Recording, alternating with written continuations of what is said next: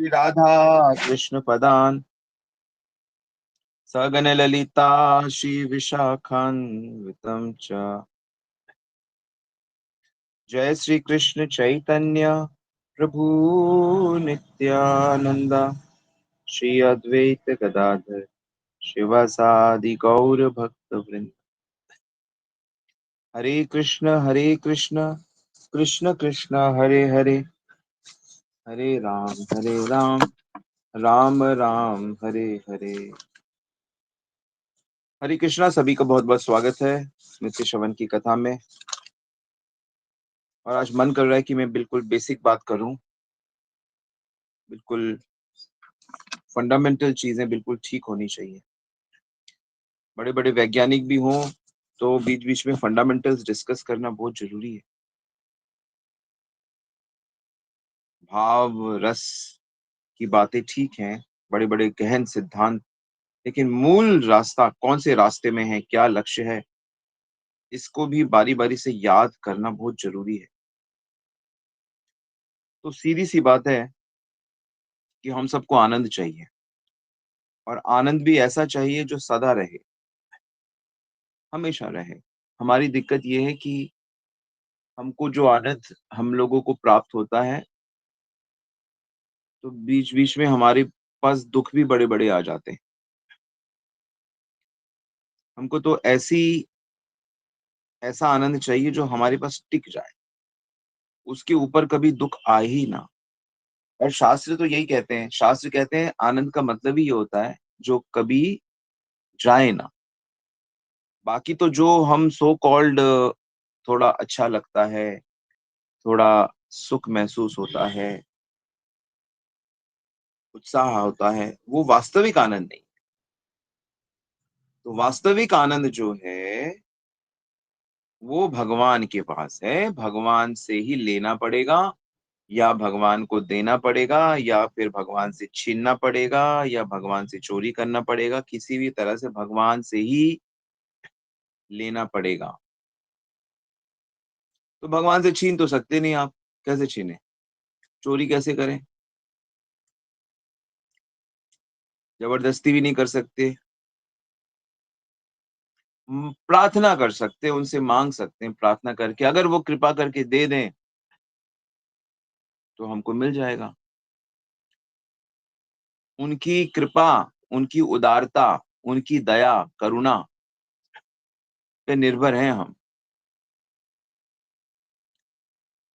क्योंकि क्योंकि आनंद हम ढूंढ क्यों रहे हैं, सवाल ये है। जैसे हो वैसे ही रहो ना। आनंद के लिए क्यों प्रयास कर रहे हो, क्यों अपने घर में सुविधाएं इकट्ठी कर रहे हो, क्यों खाने के लिए पौष्टिक और स्वादिष्ट का प्रयास करते हो, क्यों अपने बर्थडे में, एनिवर्सरी में बड़े होटल में जाके न- नए कपड़े पहनते हो, अच्छे अच्छे स्वादिष्ट व्यंजन क्यों करते हो? क्योंकि आप अपने आनंद को बढ़ाना चाहते हो। क्यों चाहते हो आप आनंद? क्या इसके बारे में सोचा कभी? हम आनंद, हर कोई माने ना माने, इस बात को हर कोई स्वीकार करेगा कि हमको आनंद ही चाहिए। क्यों चाहिए आनंद? उसका उत्तर हमें पता लगता है क्योंकि हम आनंद के अंश हैं। तो जो जिस चीज का अंश होगा वो उसी की तरफ भागेगा। एक मुट्ठी मिट्टी ले लो, मिट्टी पृथ्वी से अलग कर दो, कहीं भी फेंक दो, वो घूम के मिट्टी में आ जाएगी, पृथ्वी पे वापस आ जाएगी। पानी को कहीं ले जाओ, पहाड़ों पे ले जाओ, आकाश में ले जाओ, बादल बना के घूम के समुद्र में आ जाएगा, क्योंकि पानी समुद्र का अंश है। अग्नि जलाओ, देखो ऊपर भागती है सूरज की तरफ, वो अग्नि समुद्र की तरफ नहीं भागती। पानी समुद्र की तरफ भाग रहा है, मिट्टी पृथ्वी की तरफ भाग रही है, अग्नि सूरज की तरफ भाग रही है, जीव आनंद की ओर भाग रहे हैं। वो आनंद कौन है? भगवान है। पर ये एक बड़ी समझ, जब तक भगवान नहीं मिलेंगे तब तक बात नहीं बनेगी किसी के जीवन में भी। आप उसको कितना ही पैम्पर करो, कितना ही लाड प्यार से, कितना ही अपने बच्चे को, बेटे को, बेटी को, कितना ही उसके लिए आप चेष्टा करो, लेकिन आप उसे सुखी नहीं कर सकते। सुखी एक ही तरीका करने का है कि उसको कृष्ण दे दो। कृष्ण कैसे दें? कृष्ण कैसे दें? कृष्ण की मूर्ति दे दें? कृष्ण, वैसे तो कृष्ण एक रूप से उसके अंदर ऑलरेडी है, परमात्मा रूप से सबके अंदर वैसे ही रहते हैं। अहम आत्मा गुड़ाकेशा सर्वभूता स्थिता। अहम आत्मा, मैं परमात्मा हूँ, हे अर्जुन गुड़ाकेश, सर्वभूता सभी जीवों के शया स्थिता, भीतर रहता हूँ। द्वा सुपर्णो सहजा सकाया, दो पक्षी है ना, एक आत्मा एक परमात्मा सबके। तो भगवान ऑलरेडी अंदर है, लेकिन अंदर वो साक्षी रूप से हैं। परमात्मा साक्षी है, वो सत्तावाचक है। आनंद की अनुभूति करनी है तो भगवान, उसी परमात्मा का जो एक बड़ा रूप है उसको भगवान बोलते हैं। भगवान रूप से वो आपसे संबंध रखता है। तो आनंद कहाँ से मिलेगा? आनंद भगवान से मिलेगा। आनंद किस तरीके से मिलेगा? भगवान की भक्ति करने से। भक्ति क्या होती है? भगवान से प्रेम करना। प्रेम कैसे करें? प्रेम कैसे करें भगवान से? तो भगवान यानी कि कृष्ण, मान लो हम भगवान को थोड़ी देर के लिए एक अग्नि अग्नि से कंपेयर करते हैं समझने के लिए। अग्नि, अग्नि है, तो लोहे को अगर अग्नि से के अंदर रख दोगे तो थोड़े समय में अग्नि के गुण लोहे में आ जाएंगे। जो ज्यादा शक्तिशाली होगा, प्रभावशाली होगा, उसका गुण आ जाएगा ना। ऐसा नहीं होगा कि लोहे का गुण अग्नि में आ गया, अग्नि का गुण लोहे में आ जाएगा। तो ऐसे ही परम पवित्र भगवान, हम अगर उनके संपर्क में रहेंगे तो हम भी परम पवित्र हो जाएंगे। परम आनंदित भगवान, अगर हम भगवान के संपर्क में रहेंगे तो हमें भी आनंद प्राप्त हो जाएगा। आनंद उनका स्वरूप है, उनकी हर हर चीज में आनंद है, क्योंकि वो हमारा अंश ही है। हम भगवान के अंश हैं, हम कृष्ण के अंश हैं। कृष्ण अंश लोग जानते नहीं है इस बात को।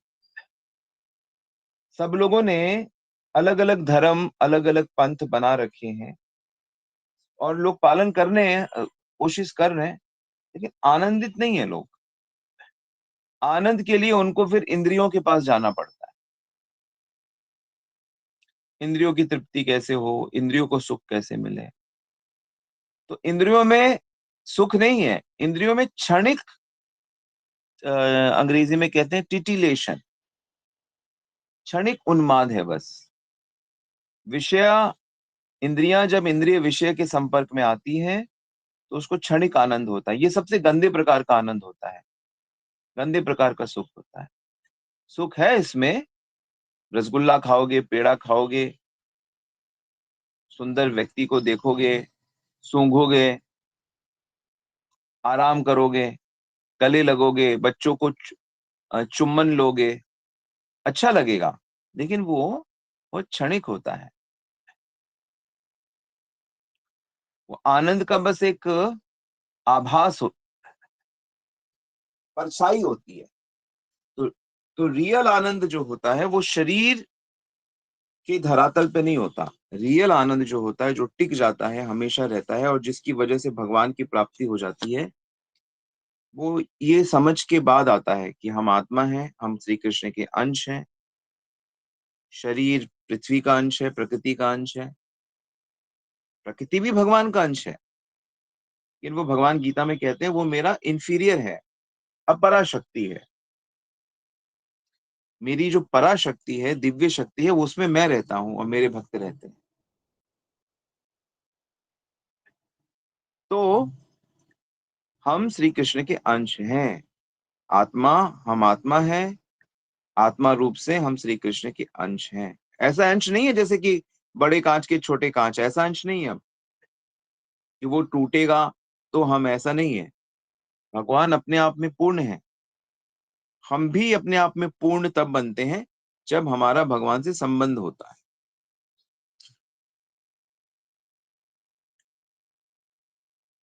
तो जैसे उदाहरण के लिए, जैसे कि हाथ शरीर का अंश है, शरीर का अंग है, अंश है, कुछ भी कह लो। तो शरीर से अलग होने पे हाथ को सुखी नहीं किया जा सकता।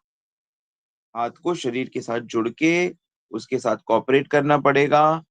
हाथ को शरीर की सेवा करनी पड़ेगी। शरीर के जो भी काम है वो हाथ को करने पड़ेंगे। हाथ को लड्डू पेड़ा मुंह के अंदर डालना पड़ेगा, वो अपने अंदर नहीं डाल सकता। हाथ को शरीर की सेवा करनी पड़ेगी, तब हाथ को जो चाहिए सब मिल जाएगा। शक्ति मिल जाएगी, गहने मिल जाएंगे, घड़ी मिल जाएगी, कपड़े मिल जाएंगे, दस्ताने मिल जाएंगे। स्किन खराब हो रही है, क्रीम मिल जाएगी, चोट लग गई, दवाई मिल जाएगी, पट्टी मिल जाएगी। हाथ को सब मिल जाएगा, अपने आप मिल जाएगा। प्रोटीन चाहिए, विटामिन चाहिए, जो चाहिए हाथ को, लेकिन बस शर्त यह है कि उसे अपने शरीर के साथ जुड़ा रहना पड़ेगा और उसे अपने शरीर से प्रेम करना पड़ेगा, शरीर की सेवा करनी पड़ेगी। तो उसी प्रकार इस सरल से उदाहरण से हम समझ सकते हैं कि हर जीव को भगवान को जानना होगा। पहले तो जानेगा तो कहेगा हाँ मेरे को उनसे जुड़ना है, क्योंकि जिस आनंद को मैं यहाँ यहाँ ढूंढ रहा हूँ, कहाँ कहाँ नहीं ढूंढ रहे। आनंद को सब जगह ढूंढ रहा हूँ, सब योनियों में ढूंढ रहा हूँ, सब स्थानों में ढूंढ रहा हूँ, सब इंद्रियों में ढूंढ रहा हूँ, लेकिन मिल नहीं रहा, गायब हो जाता है। तो एक बार यहाँ भी प्रयास कर लो, साधु की बात मान लो, गीता वेद शास्त्र की बात मान लो। इसमें क्या, क्या इसमें इतनी परेशानी है?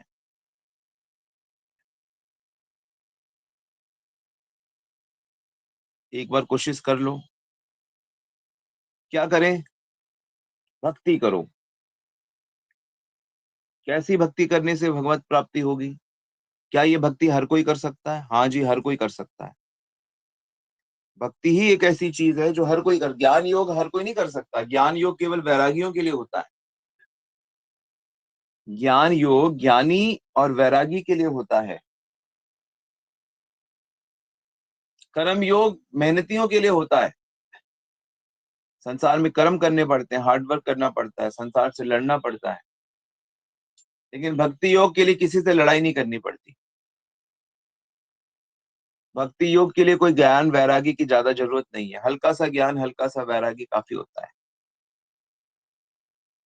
ज्ञान के लिए घर छोड़ना पड़ता है। पैसा कमाने के लिए भी घर छोड़ना पड़ता है। घर में बैठे बैठे कर्म नहीं कर सकते, ज्यादा कमा नहीं सकते। अपना देश भी छोड़ना पड़ता है, समुद्र पार जाना पड़ता है, दूसरे शहर जाना पड़ता है। ऐसा है कि नहीं? चेक करो।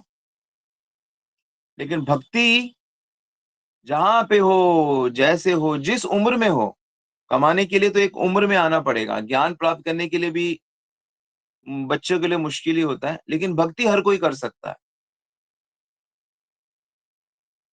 भक्ति एक ऐसी चीज है, भगवत प्राप्ति का जो रास्ता है वो सबके लिए खुला है, हर समय खुला है,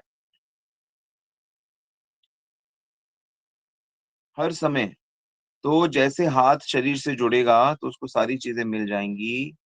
उसी प्रकार जैसे ही जीव, यानी कि हम, जैसे ही परमात्मा यानी कि श्री कृष्ण, परमात्मा यानी कि भगवान श्री कृष्ण से जुड़ जाते हैं। कैसे जुड़ते हैं? प्रेम से जुड़ते हैं। प्रेम रूपी संबंध से, सेवक रूपी संबंध से जैसे ही हम भगवान से जुड़ जाते हैं, वैसे ही जीव आत्यांतिक, आत्यांतिक शब्द का अर्थ होता है कभी ना खत्म होने वाला, कभी ना खत्म होने वाले शांति को अनुभव करने लगता है।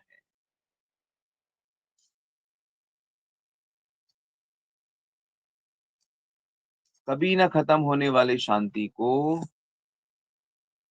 अनुभव करने लगता है जैसे ही वो भगवान के साथ जुड़ जाता है। कैसे फिर हो जाता है ये कि भक्ति दो प्रकार की होती है। भक्ति दो प्रकार की होती है। दो प्रकार का मतलब, पहली भक्ति होती है जिसमें मन भगवान में लगता नहीं है। तो इस समय हम वो वाली, ज्यादातर लोग वो वाली भक्ति कर रहे हैं कि मन भगवान में लगता नहीं है, उसको लगाने की कोशिश।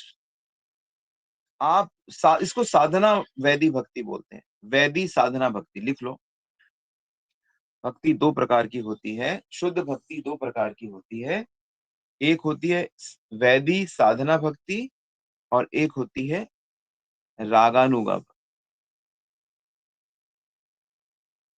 तो जब भगवान में मन लगता नहीं है, मन का अभी उसमें, मन को वो रस मिला नहीं अभी।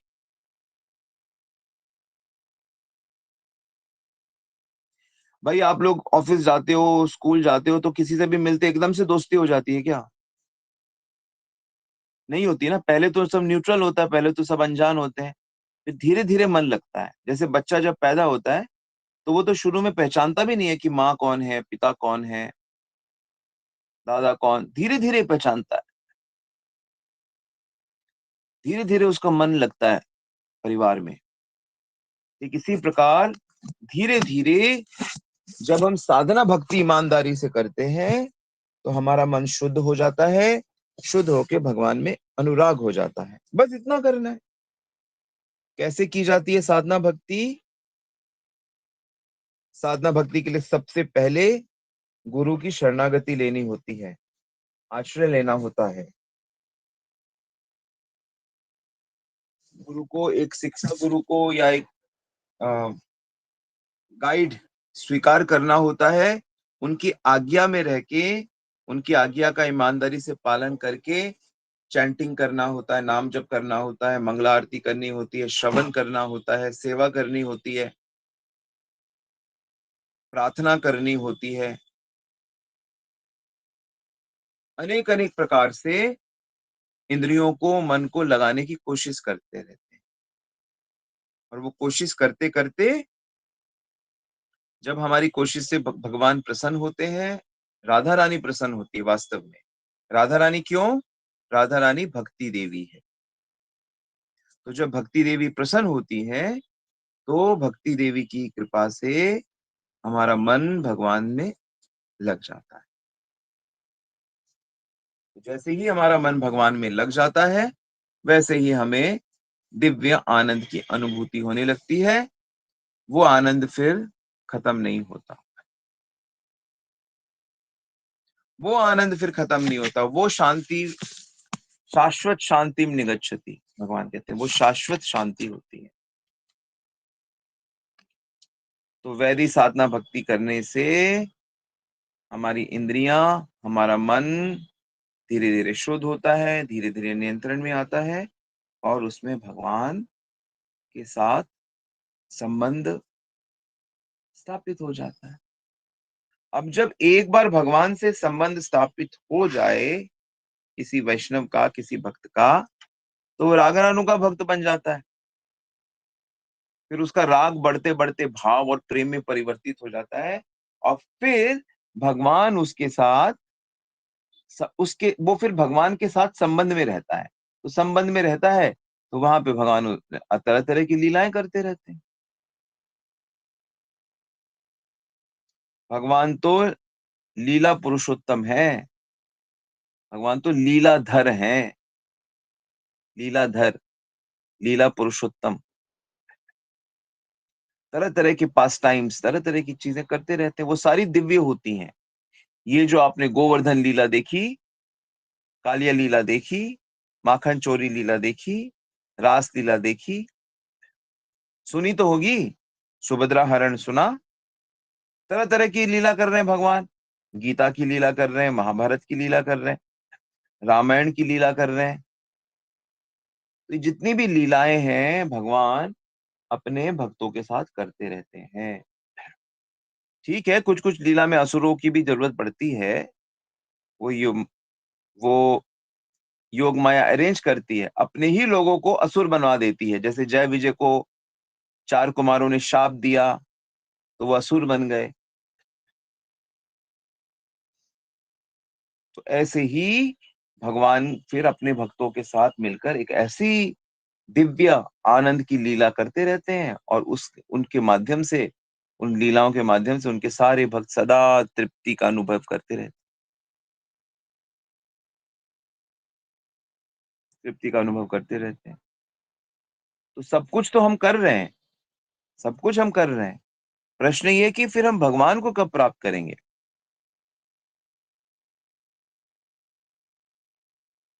हम भगवान की भक्ति कब करेंगे? जब बीमार पड़ेंगे,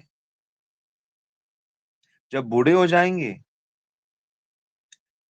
जब बहुत बुरी तरीके से फंस जाएंगे किसी जगह पे, किसी कोर्ट के केस में, किसी बीमारी में, किसी परिवार में, तब करेंगे। कब करेंगे? जब भी पता चले, जब जागो तभी सवेरा। कौमारा आचरेत प्राज्ञो धर्मान भागवतानिहा। प्रहलाद महाराज कहते हैं बचपन से ही पता लग जाए तो बचपन से ही शुरू हो जाओ।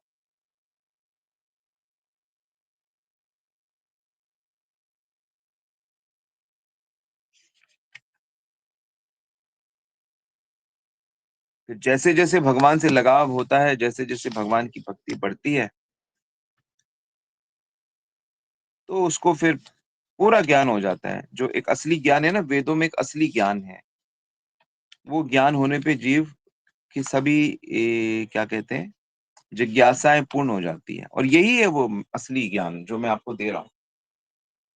हम आत्मा है, मानव जीवन भगवत प्राप्ति के लिए मिला है।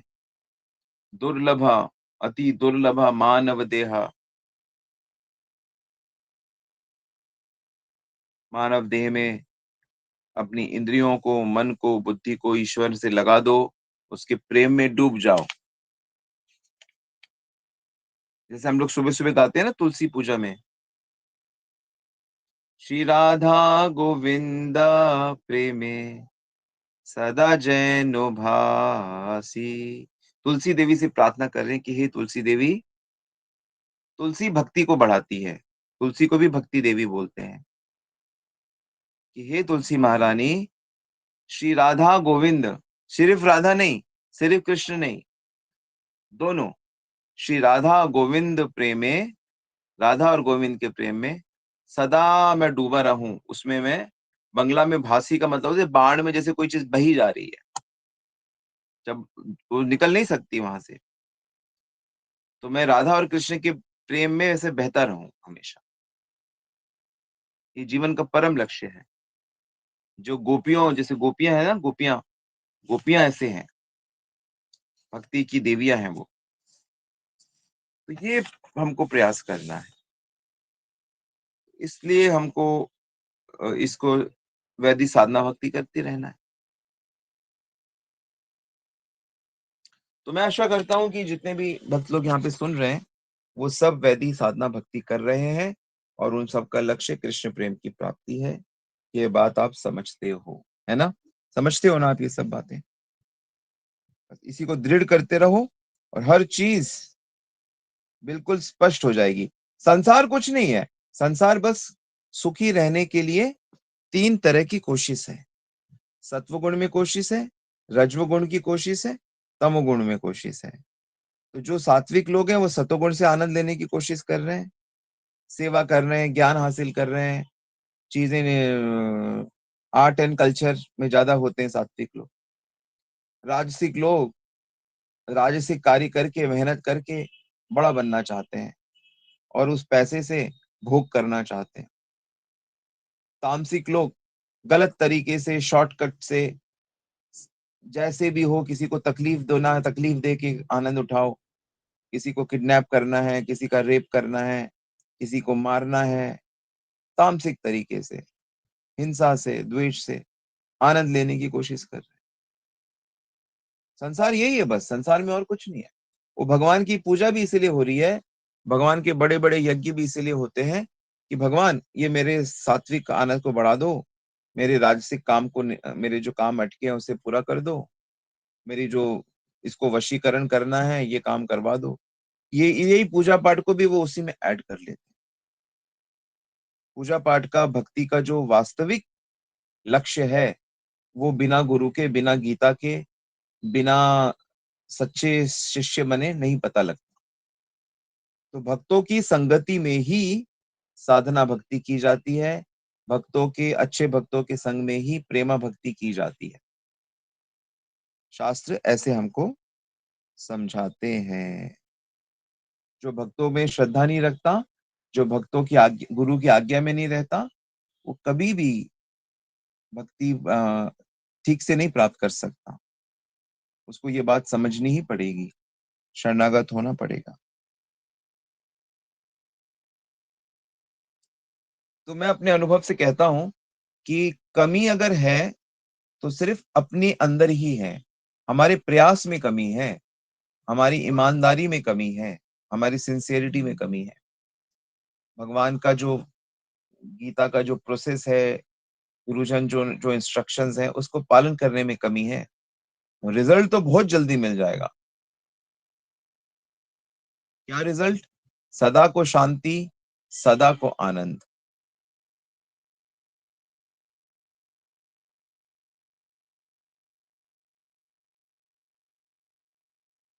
आनंद। इसीलिए भक्त लोग फिर गीत गाते हैं। गीत कौन गाता है? जो यह बहुत आनंद में होता है। इसलिए भक्त लोग गीत गाते हैं, संगीत गाते हैं, भक्त लोग नाचते हैं। नाचता कौन है? देखा है आपने कोई व्यक्ति बहुत क्रोधित है, बहुत परेशान है, चिंतित है, नाचने लगे? देखा आपने कभी कोई क्रोध में नाच रहा है? कोई नाच ही नहीं सकता। आनंद में नाचा जाता है, इसीलिए भक्त नाचते रहते हैं। चैतन्य महाप्रभु कहते मैं अपने आप नहीं नाचता। प्रकाशानंद पूछते तुम नाचते क्यों सन्यासी होके? बोले मैं अपने आप नहीं नाचता, कृष्ण नाम लेता हूँ नाचने लगता हूँ। पता नहीं, जैसे कोई जबरदस्ती नचाता है। रोते क्यों रहते? रोता नहीं हूँ, जानबूझ के नहीं रोता, पता नहीं कृष्ण नाम लेता हूँ तो आंसुओं की धारा बहती रहती है।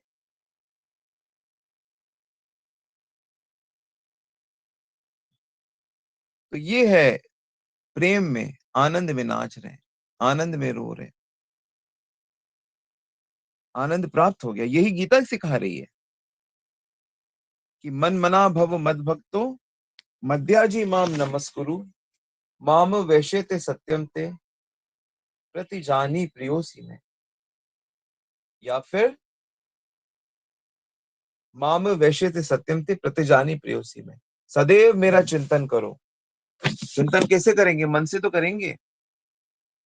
मन मना भव, मन मना, मत मन मना मतलब मेरे बारे में सोचो, कैसे प्राप्त होंगे, क्या सेवा करें। मत मेरे भक्त बनो, मेरे बन जाओ। कौन हो तुम? मैं भगवान का हूँ। कौन भगवान का? कृष्ण का। कौन हो उनके? क्या लगते हो? मैं सेवक हूँ। कौन जा रहा है? जी कि कृष्णदास जा रहा है, कृष्णदासी जा रही है। मद याजी, मेरी पूजा करो, मतलब मुझसे जुड़ो। कहना पड़ रहा है भगवान को।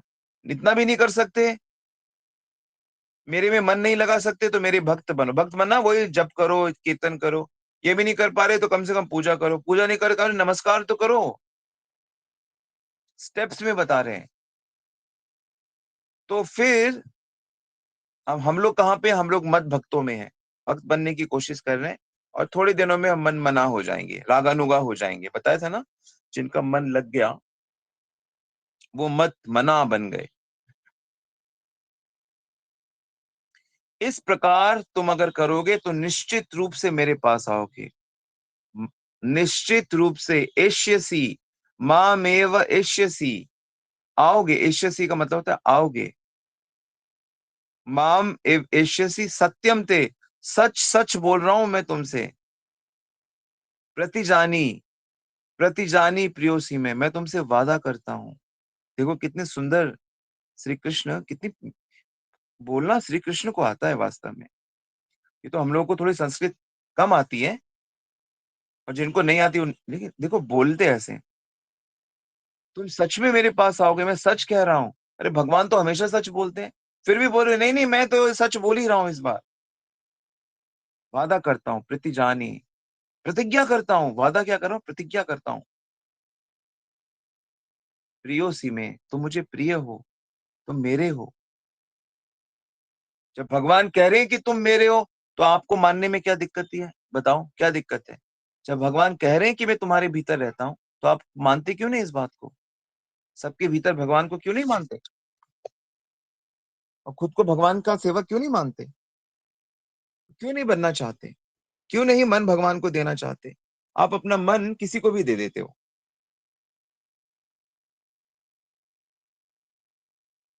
मन किसी को मत दो, समस्या को तो बिल्कुल मत दो, लाभ हानि को मन मत दो, मान अपमान को मन मत दो। मेरी बात नहीं मानी प्रभु जी, मेरी बात नहीं मानी, मेरी कोई नहीं की, परेशान। अरे मन को गंदा क्यों होने देते हो? सब भगवान के आशीर्वाद से होता है, सब भगवान की कृपा से सब बढ़िया। ऐसा क्यों नहीं सोचते? हम्म। कब सुधरोगे, कब सीखोगे, कब जानोगे, कब प्रयास करोगे? ये प्रयास करना है, मन को गंदा मत होने दो, मन को श्री कृष्ण के पास रखो और वास्तविक आनंद की प्राप्ति हो जाएगी। ठीक है, ये हमारी बेसिक फिलॉसफी है। हरे कृष्णा। कोई सवाल किसी का?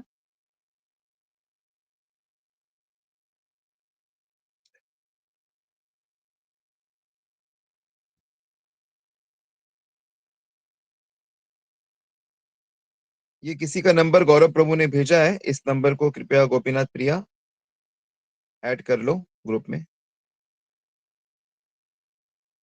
यस, किसी का कोई प्रश्न?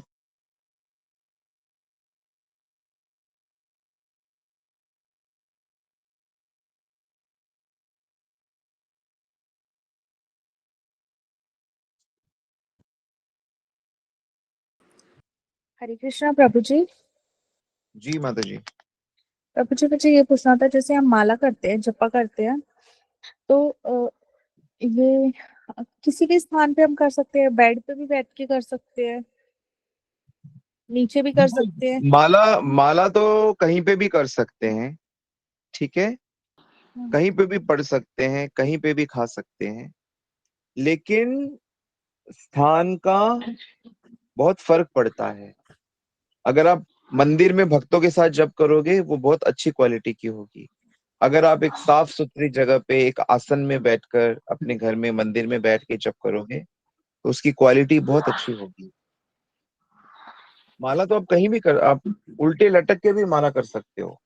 ओके। तो अब आप आइडियली अगर कोई मुझसे पूछे कहाँ पे मन जप करना चाहिए, तो मैं सबसे अच्छा कहूंगा जहाँ पे भक्त जप कर रहे हैं उनके साथ जप करो। ये पॉसिबल नहीं है, नहीं पॉसिबल है। मैं मंदिर भक्तों से दूर रहता हूँ, आसपास सब भक्त लोग बिजी हैं, मॉर्निंग में कहाँ ढूंढने जाऊं, कोई केंद्र भी नहीं है कोई। तो अपने घर में प्रभुपाद जी का टेप चला के, तुलसी का पौधा सामने रख के एक आसन फिक्स कर लो। कुश का आसन है तो और अच्छी बात है, लेकिन एक आसन फिक्स करो, वो आसन में बैठ के जप करो। एक एक स्थान को फिक्स करो, तो एक टाइम को फिक्स करो। तो इस तरह से अगर आप करोगे तो आपका बहुत अच्छा जप होगा। ओके प्रभु जी, ठीक है प्रभु जी। वो अच्छा तो प्रभु जी सोफे मुझे, में, लोग सोफे में भी बैठ रहे हैं, बेड में भी बैठ रहे हैं, चल भी रहे हैं, ये भी, वो भी ठीक है, लेकिन वो it's not first class. That's not first class, that may be third class, fourth class, fifth class. Okay. अच्छा प्रभु जी, एक दिन आप क्लास में बोल रहे थे आसन का बहुत महत्व है, पर वो डिटेल में जैसे थोड़ा सा शॉर्ट में या तो बता दीजिए, आसन का महत्व क्या होता है? जैसे बोल रहे थे ना, बिना आसन के कभी पूजा वूजा नहीं करनी चाहिए या? हाँ, वो सिस्टम होता है। आसन का ये महत्व होता है कि हर स्थान में प्रकृति के गुण रहते हैं। जब कोई चीज हम मन से भगवान को समर्पित कर देते हैं कि ये आसन है भगवान की पूजा के लिए है, तो मन से हम उस चीज को समर्पित करते हैं। झूठे पैर झूठे हाथ हम उसको हाथ नहीं लगाएंगे, उसको बिल्कुल साफ सुथरा रखेंगे। तो उस चीज में नेचुरली सात्विकता बढ़ती जाएगी, दिव्यता बढ़ती जाएगी, पवित्रता बढ़ती जाएगी, मन में सम्मान बढ़ता जाएगा। इसलिए आपका जप अच्छा होने लगेगा, आपकी पूजा अच्छी होने लगेगी। जी प्रभु जी। हरे कृष्णा प्रभु जी, दंडवत प्रणाम। हरि बोल। हरे कृष्णा प्रभु जी, दंडवत प्रणाम। यस, जी प्रभु जी, मेरा क्वेश्चन था कि जब अक्रूर जी जब कृष्ण और बलराम जी को लेके आ रहे थे द्वारका, नहीं मथुरा, तब तब उनको पानी के अंदर कृष्ण जी के दर्शन हुए थे और बाहर भी रथ पे थे वो। तो उस टाइम ऐसा मैंने सुना था एक वीडियो में कि जो पानी मतलब पानी के अंदर जो कृष्ण थे वो वृंदावन वाले कृष्ण थे, और जो अक्रूर जी के साथ गए थे वो ऐश्वर्य वाले कृष्ण थे। तो इसका मतलब मुझे समझना है कि क्या है ये। श्री कृष्ण के 3 फॉर्म होते हैं, 3 रूप हैं, 3 कृष्ण हैं। पूर्ण कृष्ण, पूर्णतर कृष्ण, पूर्णतम कृष्ण। तो वृंदावन में जो कृष्ण है वो पूर्णतम कृष्ण है, परफेक्ट, मतलब मोस्ट परफेक्ट कृष्ण। यानी कि श्री कृष्ण का ये जो 15 साल का 16 साल का रूप है वो वृंदावन के बाहर नहीं जाता। वृंदावन वाले उसी रूप को जानते हैं। मथुरा में जो श्री कृष्ण गए वो वासुदेव कृष्ण गए। वासुदेव कृष्ण लड़ाई करते हैं, वृंदावन कृष्ण लड़ाई नहीं करते। जब वृंदावन में जो असुर मारते हैं वो वासुदेव कृष्ण उनके भीतर रहते हैं, वो मारते हैं। प्रभु जी, तो मतलब तो जो वास्तविक जो परम भक्ति होती है, जो बिल्कुल मधुर में सबसे इंटीमेट भक्ति होती है, वो वृंदावन कृष्ण की होती है। समझ में आया? जी प्रभु जी, लेकिन अगर भगवान मतलब वृंदावन में थे उस टाइम, तो मतलब गोपियों को विरह क्यों महसूस हो रहा था उस टाइम? क्योंकि गोपियों को वो विरह, गोलोक की लीला है, गोलोक की लीला है कि गोपियों को, राधा रानी को 100 साल का विरह होगा। क्यों होगा? ताकि वो विरह में उनकी भक्ति और बढ़े। जब किसी चीज का विरह होता है, जब कोई चीज साथ होती है तो उसकी उतनी अहमियत नहीं होती। जब उससे विरह में भक्ति की जाती है तो उसकी अहमियत, आनंद रस और बढ़ जाता है। समझ में आया? जी प्रभु जी, समझ गई। ये सब कनेक्टेड है पीछे। हर लीला जो हो रही है उसके बड़े बड़े कारण होते हैं। ओके, यहाँ पे एक नया प्रश्न है मनोज प्रभु जी का। मेरे को जानना है कि अगर घर में अनहोनी होने पर क्या माला नहीं करनी चाहिए, और पूजा विधि का क्या पिता है? देखो भाई,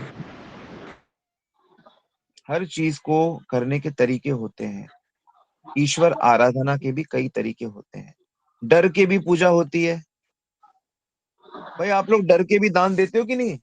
पंडित जी कहते हैं मंदिर में वादा किया है देना पड़ेगा, डर के भी देते हैं। अरे लोग क्या सोचेंगे, कुछ नहीं दिया तो अपनी इज्जत बचाने के लिए भी लोग दान देते हैं। लोग देखते हैं कि अच्छा काम हो रहा है, चलो मुझे कुछ करना चाहिए, मेरा कर्तव्य है देना। तो सारी चीजें जो हैं वो अलग अलग भावों से की जाती है। अब भक्ति पे आते हैं। भक्ति पूजा पाठ के 2 मूल तरीके हैं। एक होता है कर्म कांड, एक होता है उपासना। तो कर्म कांड जो होता है वो वैदिक यज्ञ, पूजा, मंत्र, इस पे बेस्ड होता है। उसमें ये होता है कि भगवान प्रसन्न हो, और भगवान प्रसन्न रहेंगे तो हमें जो चाहिए मिल जाएगा। तो वो वाली भक्ति, वो वाली उपासना हम लोग नहीं करते, भक्त नहीं करते। भक्त कहते हैं कि जो भी मेरे साथ होना है मेरे कर्मों के अनुसार होने दो, होने दो प्रभु। होनी क्या अनहोनी, अनहोनी तो होगी नहीं, क्योंकि आप देने वाले तो आप, वो कर्म फल दाता तो भगवान है, तो अनहोनी कैसे होगी? तुलसी भरोसे राम के निर्भर होके सोए, अनहोनी होनी नहीं, होनी होए सो होए। होनी ही होनी है, कर्मों का फल ही तो मिलना है। तो जब कर्मों का, अपने ही कर्मों का फल ईश्वर दे रहा है तो उसे स्वीकार करो, और वो करो जो करने के लिए मनुष्य बने हो। क्या करने के लिए? भगवत प्राप्ति के लिए, भगवत प्रेम प्राप्ति के लिए साधना करो। साधना करने से तो ये भक्ति करने से जो भी आवश्यकताएं हैं वो अगर जीवन में कर्मों में नहीं भी होगी ना तो भी भगवान दे देंगे, तो भी दे देंगे। योगक्षेमम वहामि अहम। भगवान कहते हैं मैं हर चीज की, जिसकी जरूरत है उसकी रक्षा करता हूँ, और जिसकी आवश्यकता है उसे प्रदान कर देता हूँ। जिस चीज की रक्षा की आवश्यकता है उसकी रक्षा कर देता हूँ। किसके लिए करते हैं? जो मुझसे मेरा मतलब जो भक्ति कर रहा है, क्योंकि वो समझ गया है कि भाई एक बात बताइए, एक बच्चे को, एक बालक को अपने पिता परिवार के साथ नहीं रहना चाहिए? उसे अपने परिवार के साथ रह के आनंद नहीं मनाना चाहिए? तो हम किसके परिवार के हैं? चीख चीख कर श्री कृष्ण सब शास्त्रों में कह रहे हैं कि जो जीव है, ईश्वर अंश जीव अविनाशी, जो ईश्वर का अंश है, जीव है, अविनाशी है, मेरा अंश है। तो जब हम भगवान के परिवार के हैं तो भगवान से रिकनेक्ट होना चाहिए ना हमें। वही तो कर रहे हैं उसको उपासना कहते हैं। वास्तव उपासना ना पास में बैठना, पास पहुंच जाना, ये है। ये नहीं भगवान हमको ये दे दो वो दे दो, हमारी डिमांड पूरी करते रहो। सेवक है, सेवक बन जाओ। सेवक बनने से मालिक का जो कुछ भी है, जो भी है, सारी कृपा प्राप्त होती, अलग से कुछ मांगना नहीं पड़ता है। पिता का जो है वो पुत्र का ऑटोमेटिक है। ठीक है।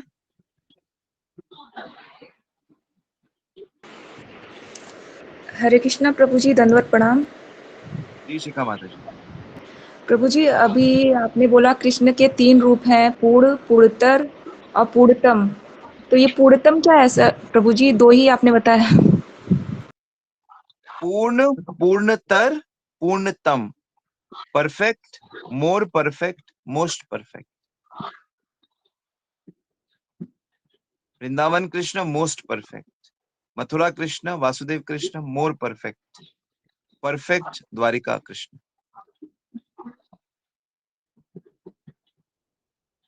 धीरे धीरे जानोगे इसके बारे में भी ना, जैसे जैसे भक्ति बढ़ेगी, आगे की क्लासेस होंगी, सब डिस्कस होगा।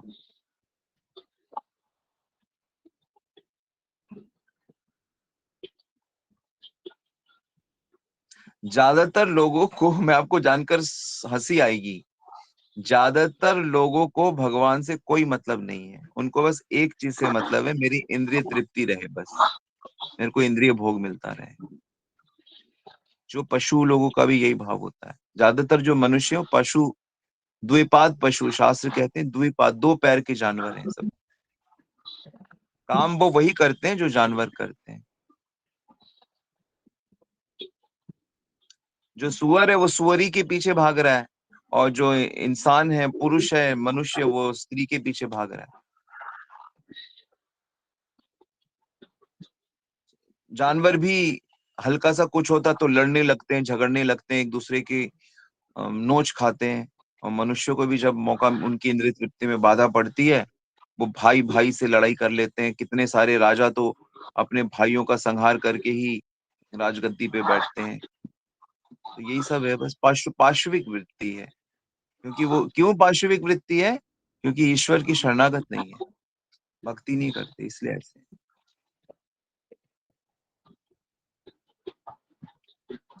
सूरज से मुंह मोड़ोगे, पीठ करोगे तो अंधेरा लेना पड़ेगा ना, यही हाल है।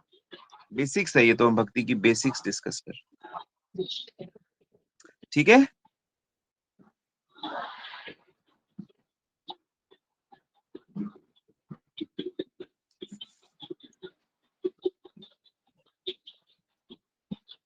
यस, और कुछ, या आज यहीं रुके?